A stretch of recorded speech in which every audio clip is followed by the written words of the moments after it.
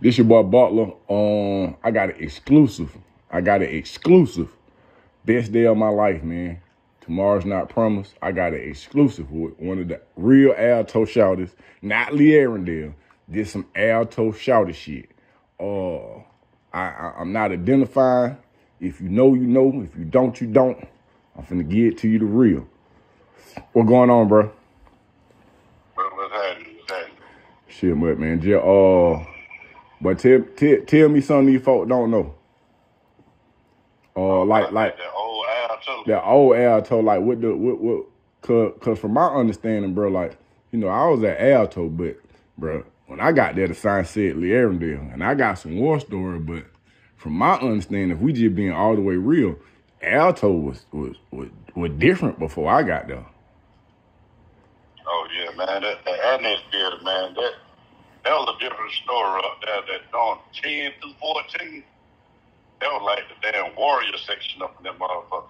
Okay. All the fucking, the fighting, the stealing, the slapping, all the good shit was going on up there. Yeah. Like niggas just got down doing time up in that motherfucker for real. Yeah. Like shit. And it was weird though. Like I remember when I first got in the dormitory straight out of diagnostics. I'm from Atlanta.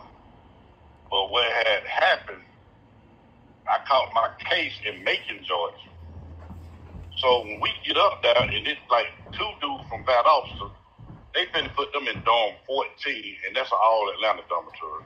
And they finna put me in 13, which was down south, because they thought that's where I was from.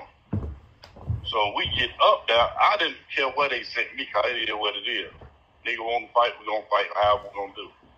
But we get up there, and them Bad Officer niggas they like, fuck no, we ain't going in that dormitory, but these niggas had been there before. So they knew the rules. I didn't know the rules. Them niggas in 13 like, Shawty, where you from? I'm like, nigga, I'm from Atlanta, but I caught my case in Macon. Them niggas, oh shit, homeboy, come on, they all up from Macon. So them niggas over there like some wolves and shit, man. They were trying to get me in the dormitory, and I'm thinking these niggas finna be my foe. Now I realize them niggas finna fuck me up soon I get in the dormitory because I'm from Atlanta. But because them Bad Officer niggas fucked, they switched us up and put me in the dormitory I was supposed to be in anyway. So I get in the dormitory, a couple niggas out on the street with this shit, kicking it, cooling. So I'm looking at the whole setup, called back then, you had the open bathroom. You got like 9 toilets on the wall, in the open, no doors. You got the shower in the middle of the floor like a little spiral.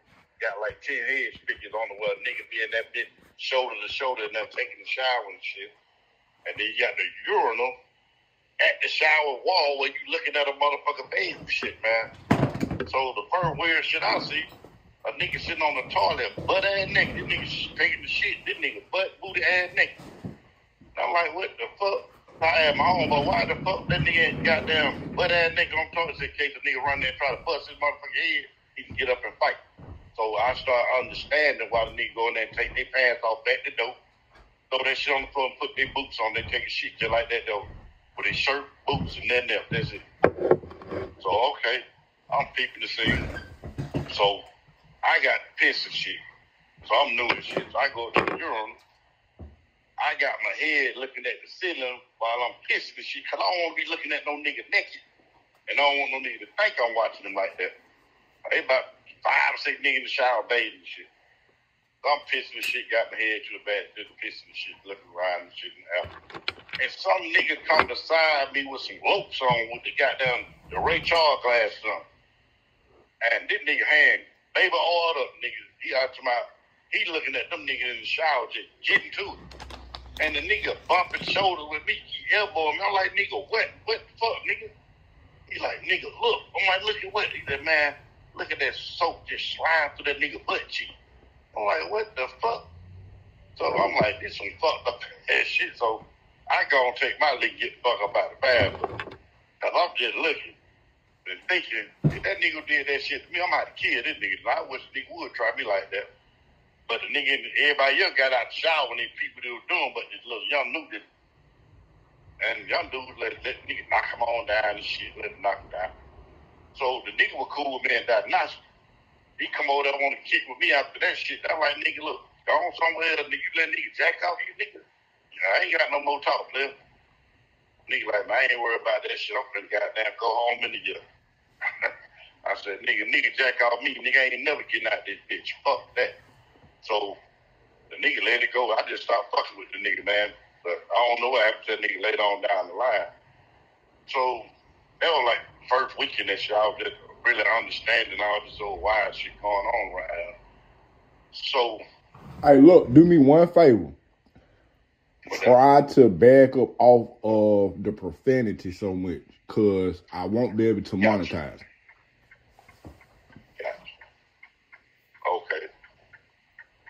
Okay, then that little incident there. So now I see how these cats in here, they gonna try you in here. And they try you to the point like, that be the first stage right there, masturbating off you in the shower. So if the dude gonna masturbate off you in the shower, you don't do nothing. Bam. That's strike one. Strike two, you go to the stove, dude gonna come there and steal all your stove goods. That's strike two there. So a dude saying you ain't doing nothing about that there. So now you set yourself up for failure. And I say that because, like, back then, dude wasn't really getting raped. Dude just getting punched in the mouth, and they doing something sexual because they scared. So, once that dude steal your stuff, you don't do nothing, so next thing you know, dude gonna catch you in the back, slap the brakes up off you until you get on your knees. And that was it. You had to do them just slap the hell out your arm hard enough, and you were gonna get the dude's head. That's how they were doing them cats. So all this stuff there, weird. And then I started peeping. Everybody in the dormitory from Atlanta, but everybody clicked up by what neighborhood they were from. You got your College Park dudes, you got your Decatur dudes, you got your Inglewood, Capitol Home, the Techwood, the Hollywood.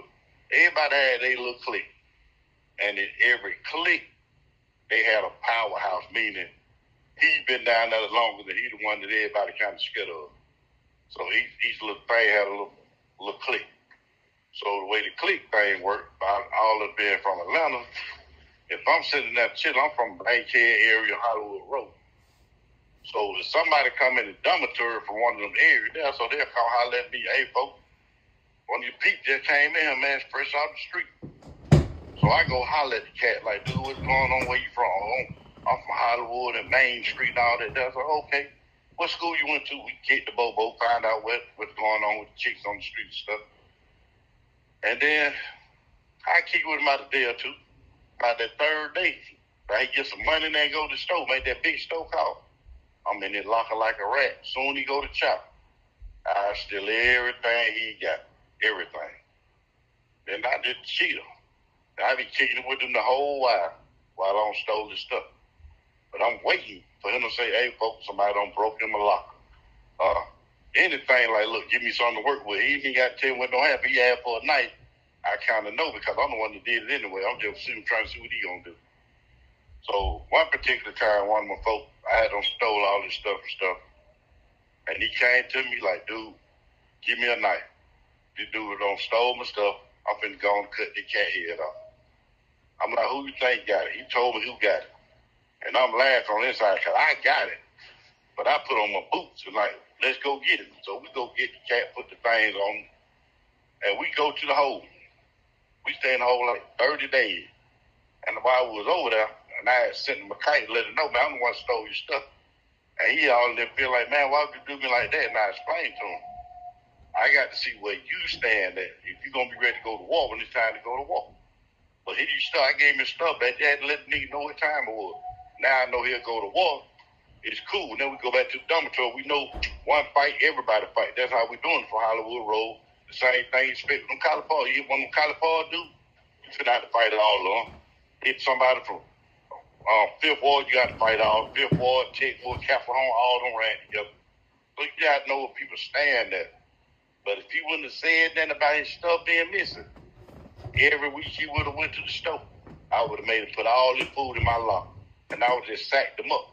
And back then, sacked it up just meaning pretty much you don't scare him into you keeping his stuff and he's scared to eat his own food without asking you.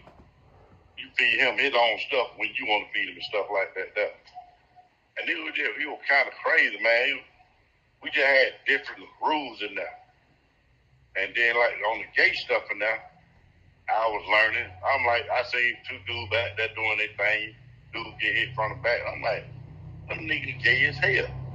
But in prison, you're not gay unless you're getting poked. If you're getting poked, you're the gay one. The one that poking you ain't the gay one.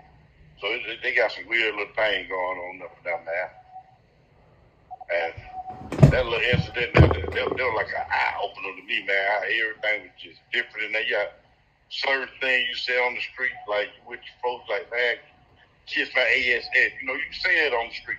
Yeah. You say that in prison, dude looking at you like, when you want me to do it? Yeah, you the googly eyes when you say that. They be dead serious. They're kissing for you. Niggas be on some real homosexual type stuff in this thing, man. So hold on. So you say that, okay, so you got two individuals. The individual that's dominant, this either didn't talk this dude. He didn't talk about. Gay guy. Okay. The gay guy is the dude that is the victim. Or getting dominated, yeah. The victim is the gay guy. Okay. Yeah. So yeah, that's how they doing it now. They just, to me, both gay to me. But then now only the victim is gay. And then the craziest thing you see, there was a lot of people that you knew wasn't into that type of homosexual stuff, but they were coming in there playing like they was to keep somebody from messing with them. Yeah. How in the world you just got locked up 6 months ago, and you and him around trying to stick somebody in the butt? Either you was like that on the street, or you just trying to keep somebody from trying you like that. So you thinking it's cool to be around here playing in somebody's butt or something, man. And there was a lot of that going on. Dudes been locked up 6 months. All of a sudden you like boys. Like, it was crazy as hell, man. So a dude to come in there and say he not gay, but pretend that he is gay and think that he ain't. Cause They basically in the dormitory with their face shaved, walk around with M&M's on their mouth, don't made some net bag stockings and stuff. But they know they get in the business about 30 days, they grow to their mustache out and they go to the visitation. They been in the dormitory sounding like Minnie Mouse. They get the visitation, talk to their parents and their girlfriend like they Barry White. And it was crazy, man. It was real crazy. And you go in the visitation room, you see they be having some of the baddest women too, man. You be like, golly, boy, she only knew. Now I do remember when we was down there, two things. One of them is when I had got into it with Shawty. I ain't gonna say no name, but you slick did the same thing to me on some, cause we had a little clique. It was a unconventional clique, cause we had a New York dude, then a white dude. But when I had a little issue, I was like, bro, I just want to win with bro. That's all I want. But you done went to the extreme. You done whipped out shanks and everything. So I can contest to you, even though you was on the light end and you was on the way home, but you was still, you gonna test the people that you're around to see, you know, if they finna go for it. Oh yeah, that's a must. Then on another note, like it was some dudes down there, like when you came back, they was the big bad wolf. And we ain't gonna say no names. They was the big bad wolf, but you were just like, hey man, when I was down here, this dude was Little Red Riding Hood. Can you touch on that a little bit? Exactly. Oh yeah. Oh my God. Like when I came back, instead of took back to the Alto, that was in like 2000, my last 2 years of my. And I get down here, and it was weird because they put me in a dormitory full of white boys. So to me, I thought I had just hit the jackpot. What dorm they put you in? I think that was 17. You was in PMC. Yeah, PMC. Back in the day, 10 through 14, that was all the action was, all the fighting stuff.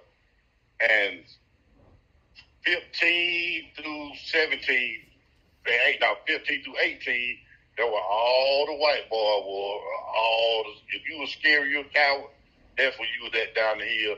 And they got to go to trade school. They got to do all the good stuff. Because they couldn't make it up the hill with the big boy. So they sent me back down now. I'm like, I don't hit a gold mine. I'm finna terrorize this dormitory. So the first thing I go in the room, there's a white boy on the bottom bunk. I'm like, what where they do that at? No. But one thing they can say a lot of things about white folks, like the stuff they show on TV, like the Aryan Nation run these prisons. That's the biggest myth in the world. I ain't been to now state prison in Georgia where a white boy can breathe without being told he can breathe. That ain't no clicking up no white boys nowhere in no Georgia state prison. That's a myth. And I'm in a dormitory full of white boys, so I'm renegade. Dude, you got the top bunk now. I don't care. I'm taking this, I'm taking that. And then as I stay in that dormitory a couple of days, I see Little Red Riding Hood. I'm like, what's up? This nigga kind of whispered to me, like, hey, man, don't talk to me like that, man. I'm like, nigga, what you mean, nigga? He like, man, you know, everybody up here, you know, I'm like, what? So I go holler at the other cat man, you know, the little Christian cat. We go holler at him. And I ain't knowing the dude. I'm just talking to him. I see a lot of people down on his bed doing Bible study and stuff. And so he invited me to Bible study. I said, that ain't my thing, dude. Anybody skin or play top or shoot dice. That's what I'm looking for. So, man, him talking this stuff. And I seen a little weak nigga. And I don't find a little weak nigga in the dormitory. So I start messing with the little cat. Start sacking him up, taking the little snow good. And the little Christian dude stepped. I'm like, hey, man, don't do that. You know, to me, it was a Little Red Rider Hood, but to him, it was the Big Bad Wolf. That's the Big Bad Wolf folk. Yeah. You know, you mess with him, the Big Bad Wolf gonna come out. I'm like, the Big Bad Wolf? Who my Little Red Rider Hood? And he laughing at me because I'm disrespecting the Big Bad Wolf, but I've been knowing the Big Bad Wolf for a long time. So, they got now, but I ain't had no beef with Little Red Rider Hood. We never had no beef. But we end up running into some beef. And we got into it one day down there, and I exposed him. So after I exposed him, all the while I was trying to get out that dormitory, them folks wouldn't put me out that dormitory. But after that there, I was on the next thing smoking up out of there, man. Can you touch on how you exposed him? Oh, we got to fighting out there in the hallway and stuff. We fight. And, you know, I'm not no boxer. So I ain't been never telling nobody I'm no boxer, no golden glove. I'm a wrestler. So I think he hit me about 2 good times, and I went up on him and got him in the floor, then just sat on top of him with the banging the head in the ground and stuff. Yeah. And then they broke it on up. And they told me pack it up. I'm up out the dormitory. We ain't even go to the hole. They just moved me out the dormitory. Yeah. And he stayed up there. And I met a couple of cool dudes in there. And I think they were kind of glad when I got in there too, because they were some wild cats too. They were some wild cats too. They just couldn't be wild up there. And they got kind of wild. They got around me. They like, oh yeah, we got somebody in there with the shit like we on. And there was a couple cool. I met a couple cool cats up there, but they ain't started getting fond of me till I got up that hill, man. That was it. So when you got up the hill, what dorm they put you in? Me and you was in E1 or E2. Yeah. Whatever dormitory I met you in, that was the first dormitory they put me in up the hill right there. Okay. Yeah, they put, what, that E1? Yeah, E1. That was in B unit. E1. And that dorm was kind of off to me too, because there was a little cat in there from Athens that I knew back in the day. That little Athens Shawty, man. Shawty had some hands on him, man. But it was more Atlanta people in there. And that was another thing when used to be in the Alto where they mixed the dormitory like they did. Like everybody was cool with everybody around here. But they still had an Atlanta clique in that dormitory that everybody kind of stayed away from. Folks you got into it with them dudes there. Yeah. And yeah, but it got fun for me, but man, that new Alto went there like the old Alto, man. The old Alto, you had plenty of fun. Only thing we didn't have back then, we didn't have no women. We had one woman in that whole camp that we could sit out to. Then King worked in the mail room and Sergeant Scott. Those only 2 females we got to see down there. Yeah. And then back then, they were giving us something called eyeball rape. We had to walk with our hand behind our back, stay on the line, and you can't look at the woman. And you look at the woman, they give you a whole nother year for eyeball rape. So when I came back, it was hard because I had done been in them camp with the females in the dormitory where dudes getting action every day. Not too much, man. Yeah, but it's stuff different now and then, man. Tell me about the Mickey Mouse. The Mickey Mouse. Oh, here we go. So now I got to expose myself. Before Mickey Mouse be up in that mug, man. Hey, see, it's funny now that I'm out. Yeah.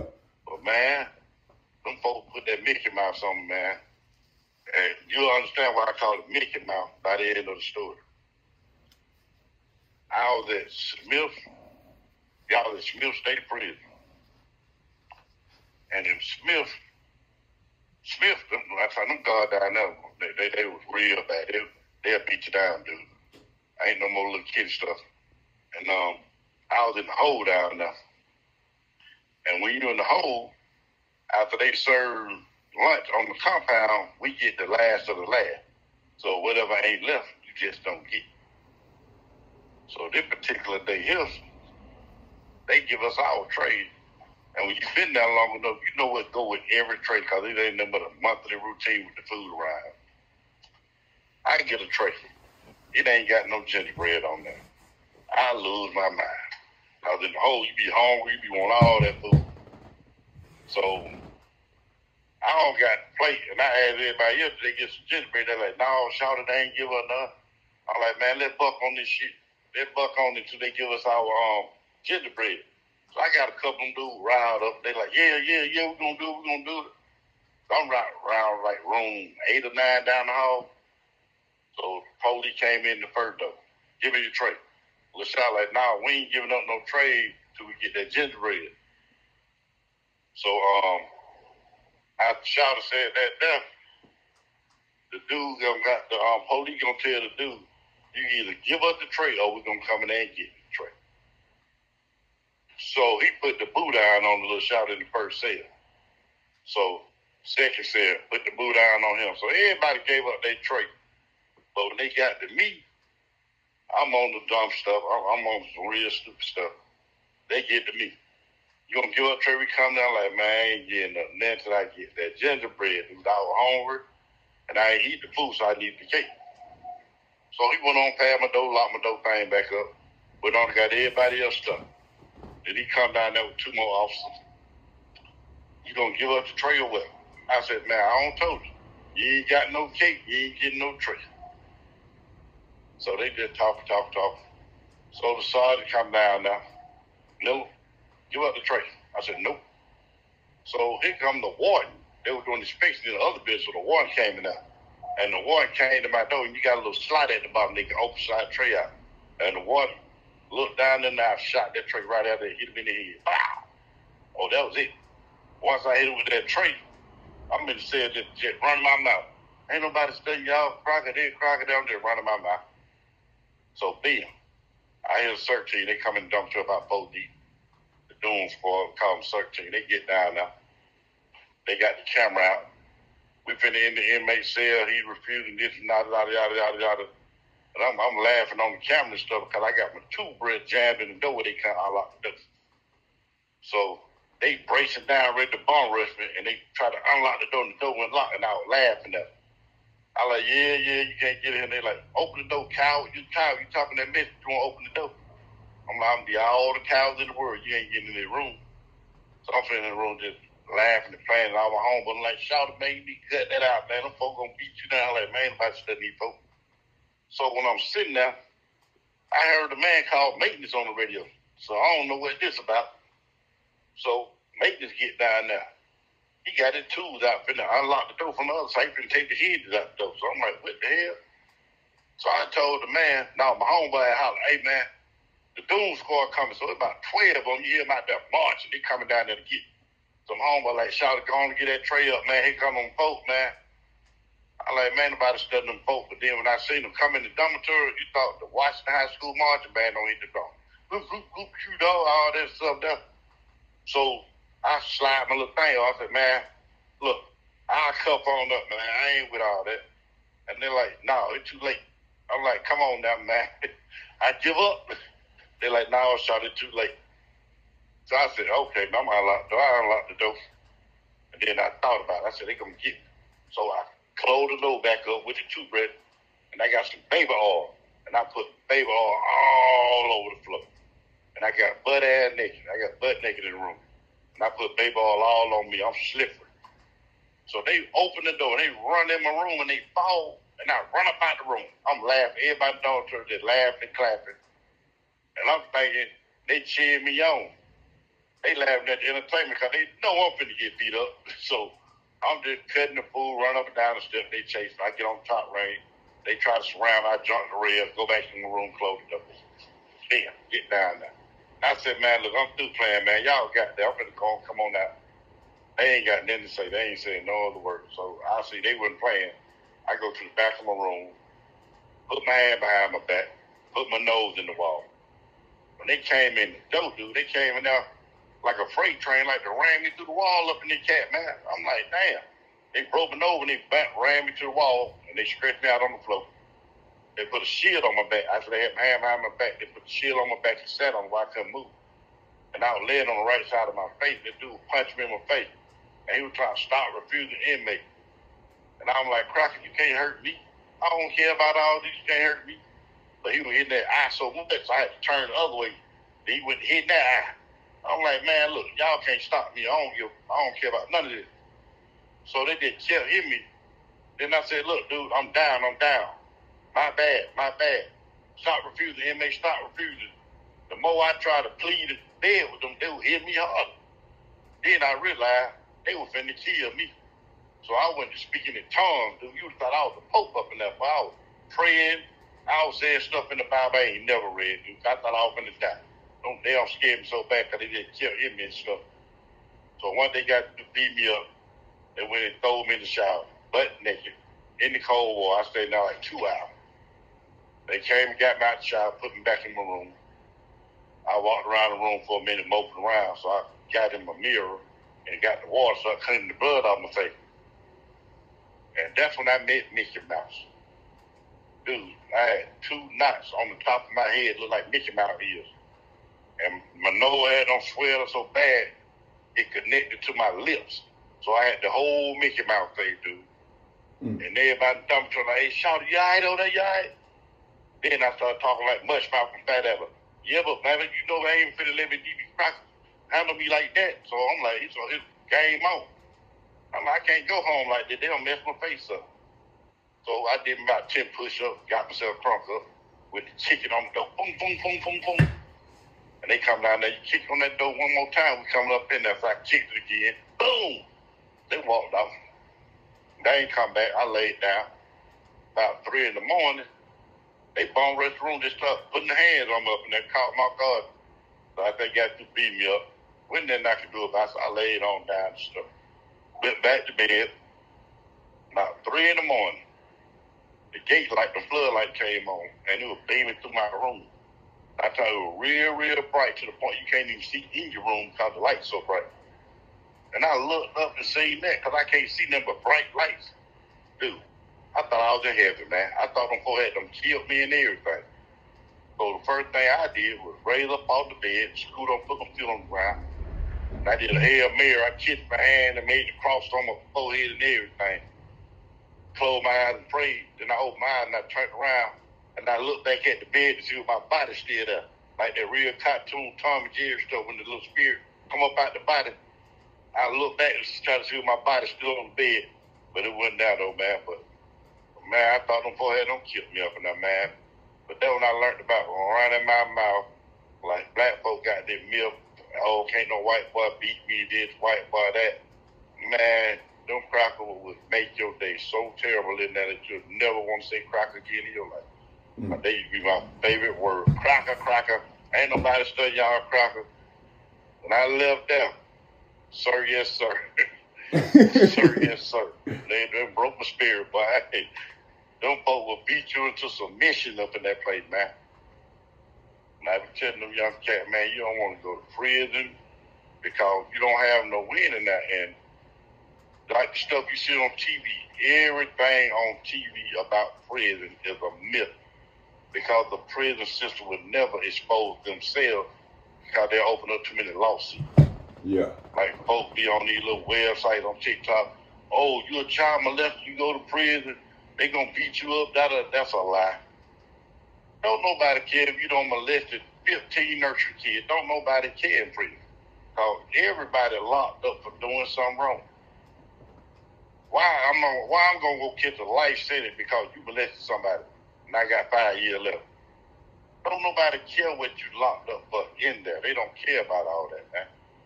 So it be all a myth, and then like the youth today, they be stuck on this music. Oh, snitch get stitched, da da da da. No, man. I know some snitch that'll tell on you and beat you up and rape you at the same time, man. And I think they get that Mr. Screw because he's snitching. He ain't no killer. No. I know some snitches that will give you a bad headache, dude, but mess you up real bad and tell on you again tomorrow, and they ain't worried about nobody calling them no snitch. Yeah. Because that's the myth that the government don't make. They teach black people not to snitch. They don't want to snitch. They the one teaching us not to snitch. Because if I catch 5 dudes for one murder case and y'all don't snitch on them, I got all 5 of y'all for the price of one. Now, they number one person pull the trigger, but I'm going to trick y'all not to tell on each other. I'm going to lock all 5 of y'all up so that there's 5 people I ain't got to worry about right now. Let me ask you this. 5 people I got off the street. Let me ask you this. When you first got the Alto, tell me how you realized or how you learned that, okay, it just got real. Like, this a different environment. Because I had heard stories before I got down there, and then did the crazy part. We leave Hayes. But mind you, I'm at Hayes, but all the action down here, I'm on the fast track at Hayes. You see what I'm saying? Yeah. So, and then, like, they got a bunch of, it wasn't nothing but a bunch of young dudes. And everybody, when I started doing them out, like, boy, everybody on this boy got about a decade or better. And then they was like, y'all going to the Arendelle. So, everybody talking, they're like, well, we're going to Alto. I'm like, no, Shawty, we're going to the police say we're going to the Arendelle. So it's an old cat on the back of the bus. He started laughing. I'm like, what he laughing at? He said, Shawty, the Arendelle is Alto. So I got kind of quiet. So, but when you got down to Alto, I don't know if you had heard a story about Alto before you got down there, but how did you know that the environment, that the temperature had just got turned up? Well, for me, on that level, it was different for me because I'm from Atlanta, but I caught my worst job was in Macon, Georgia. So I had already went through the bad part of my stuff in the county jail. When I was in Macon County Jail, they knew me as Little Atlanta. And them dudes were cool with me. All the young cats I met down there were cool. They were cool with me. Until the other dude came from Alto to go back to court. He told all them dudes, while y'all been cool with this nigga from Atlanta, and you get to Alto, they gonna be that same nigga and their homeboy jumping on y'all nigga from Macon. So now I got to fight every day in the county jail. So by the time I got to Alto, I don't got broke in already with the fighting and jump stuff. So it was never a piece of cake for me from that point on because I had already been to that part. Yeah. But I knew one thing. I wasn't finna try to let nobody think I was no boxer. Because them young niggas, can you imagine some dude ages 17 through 21 been locked up since they were 14? These dudes didn't do nothing but lift weight, dude. Yeah. Man, I think the first fight I seen these dudes was shooting dice. And the young cat snuck up behind the dude that was on his knee shooting dice, snuck up on, had a lock on his hand. And he called him upside the head like, bam. And it was like the Matrix. When he hit the old boy with the lock, old boy, he made a little noise like, oof. And he turned around and see who hit him. And he hit the dude back and hit him in the mouth. And I seen 3 teeth went across the floor. I said right then, I ain't fighting nobody better. Yeah. If a nigga knock my teeth out of him, man, I ain't never going home. I'm going to have to kill him. Yeah. But Alto, you know, it was funny. Before I went to Alto, I used to want to go to Alto. Because we knew people that got out of Alto, we'd be on the street doing the Alto shuffle. Yeah. Saying stupid stuff like, man, I can't wait to go to Alto, but wait till I learn the Alto shuffle. So I pretty much talked my way right on in there, man. Talked myself right to Alto, thinking it was cheap, thinking it was fun.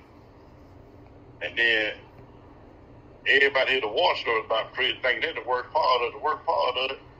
Well, the funny part about prison, the same thing they ask you to do in there. It's the same thing your parents ask you to do on the street. Yeah. The difference is that now you gonna do it, but they gonna put them hands on you. You got to make your bed every day. You got to clean your room every day.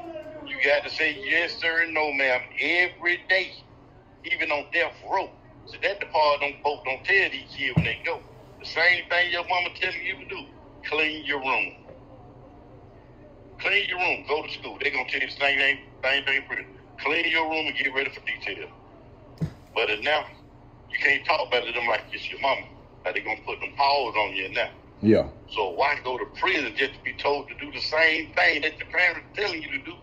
When you clean up your room at home, now you can get out the house, go play with your boys, just go follow your girlfriend, do all that stuff. In prison, you're going to do the same thing, but you don't get no reward for it. And you're going to work for free. Yeah, you work for free. Yeah, everything you have, I don't care, you get your head split from the ruler to the tooth, you ain't getting number 2 Tylenol. That's it. Tylenol is the cure for everything. Everything going on in Chain Gang, Tylenol fix. Yep, and they charge you for Tylenol like you got a job in there, man. Bro, I remember I hadn't got sick, bro, and my tonsils hadn't swelled up. I had white spots on my tonsils, bro. I felt like I was going to die in that thing, bro. And sure enough, I went to the medical. Bro, them folk gave me 2 Tylenol. 2 Tylenol. Only thing saved me was my homeboy Dirt. He was hollering at the officer. And, bruh, she came through there with the real medicine. But I'm talking about NyQuil. I'm talking about amoxicillin.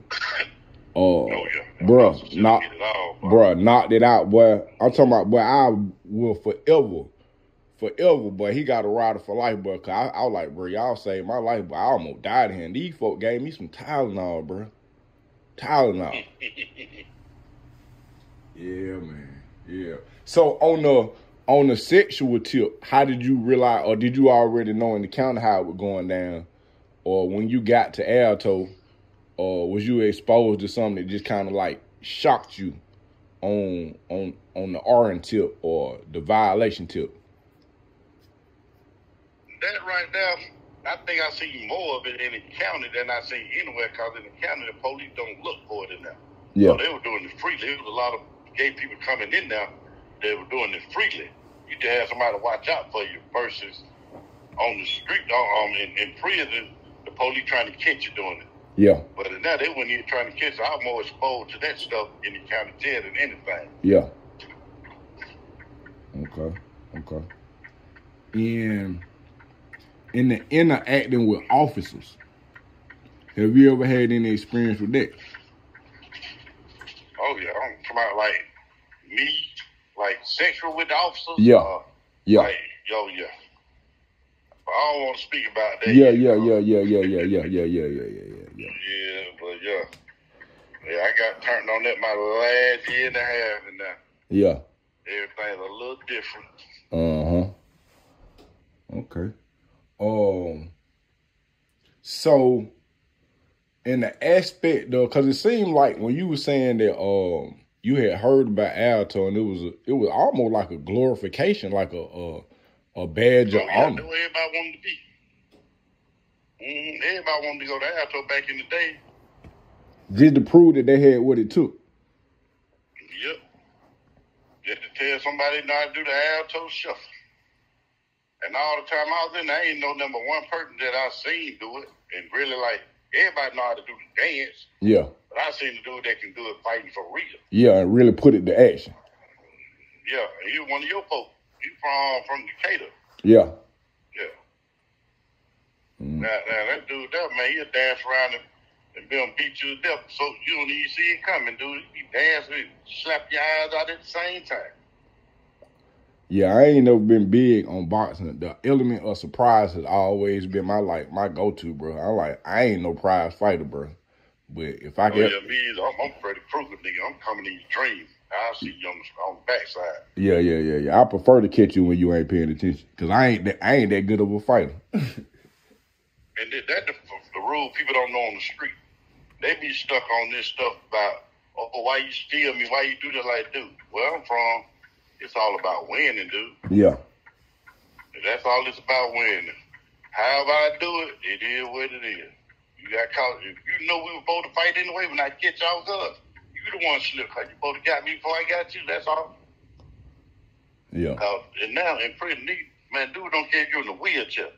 He'll throw you down those steps. You say the wrong thing he don't like. He'll push you down the steps in that wheelchair and don't even care. All right, I'm gonna ask you one more question, and this is more or just a generalization of understanding what's going on, because when you look at how the music industry is and how just the temperament of the people are, the United States having the highest prison population in the world, and it ain't getting no, in my personal opinion, it ain't getting no better. What if there is a solution to keep people out of chain gang, bro? How do you think that could possibly take place? It really start with, let me see, how can I say this? Because I think a lot of people in prison right now because of their parents. Their parents didn't, society they got law where your parents can't really chastise you and stuff like that there. Yeah. So you think you can do what you want to do and get away with all this nonsense. But you really can't, because it's some consequences behind everything. Anything you do is some consequences behind it. And a lot of these kids nowadays, they ain't experienced them consequences. And I think that's the biggest thing. Like, you get slapped in the mouth for disrespecting an adult, you'll know. When them police roll up on you, you won't be running your mouth. Yeah. Oh, you can't be searching, you can't be doing that. Because a lot of folks had a misconstrued. It ain't cops just killing black people. Them cops, they are men. At the end of the day, they grown men. Yeah. And as a grown man, I'm not going to let no kid talk to me no any kind of way. I'm not going to let you disrespect me. So that's all it be boiled down to. These kids think they can say what they want to say and all that old extra stuff. And that will get a lot of them in trouble. They ain't never been chastised. So how you fix the parent? I mean, like, if the root issue is from the initial interaction with society based on what's going on in the household, and the parents, they coming from a defunct situation because their parents came from a defunct situation. How do we stop this, or can we stop this dysfunctionality in our household? Okay, so now we've been it's been veer off into like some political stuff, you know what I'm saying? Okay. And I say that because black people, they more into like follow the sheep of their ancestors and stuff like that. They might can see, might can do whatever their grandparents, their mama do. They be on a lot of that stuff now. Yeah. And you look at all these places that got the high black prison populations and the bad school, all them are Democrat-ran areas, man. Yeah. Because them Republicans, they ain't gonna let you come in there and mess up their school system like that. They got laws in place. You go in their school acting a dummy, they got a place for you. And a lot of that, oh man. You got to be kidding me, dude. Can't even get in the gate. All right, we're going to come back. I'm going to start.